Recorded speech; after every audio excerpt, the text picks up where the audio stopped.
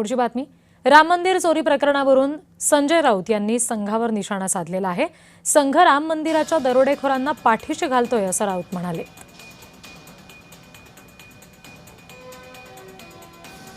राष्ट्रीय स्वयंसेवक संघाची ही जी भूमिका आहे,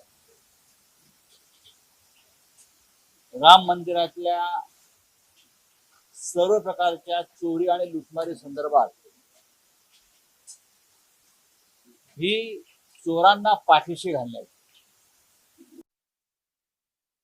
प्रभू श्रीरामाची सर्व आभूषणं चोरीला गेली, प्रभू श्रीरामाचा मुकुट चोरीला गेलेला, प्रभू श्रीरामाच्या गळ्यातला कंठातला हार चोरीला गेलेला,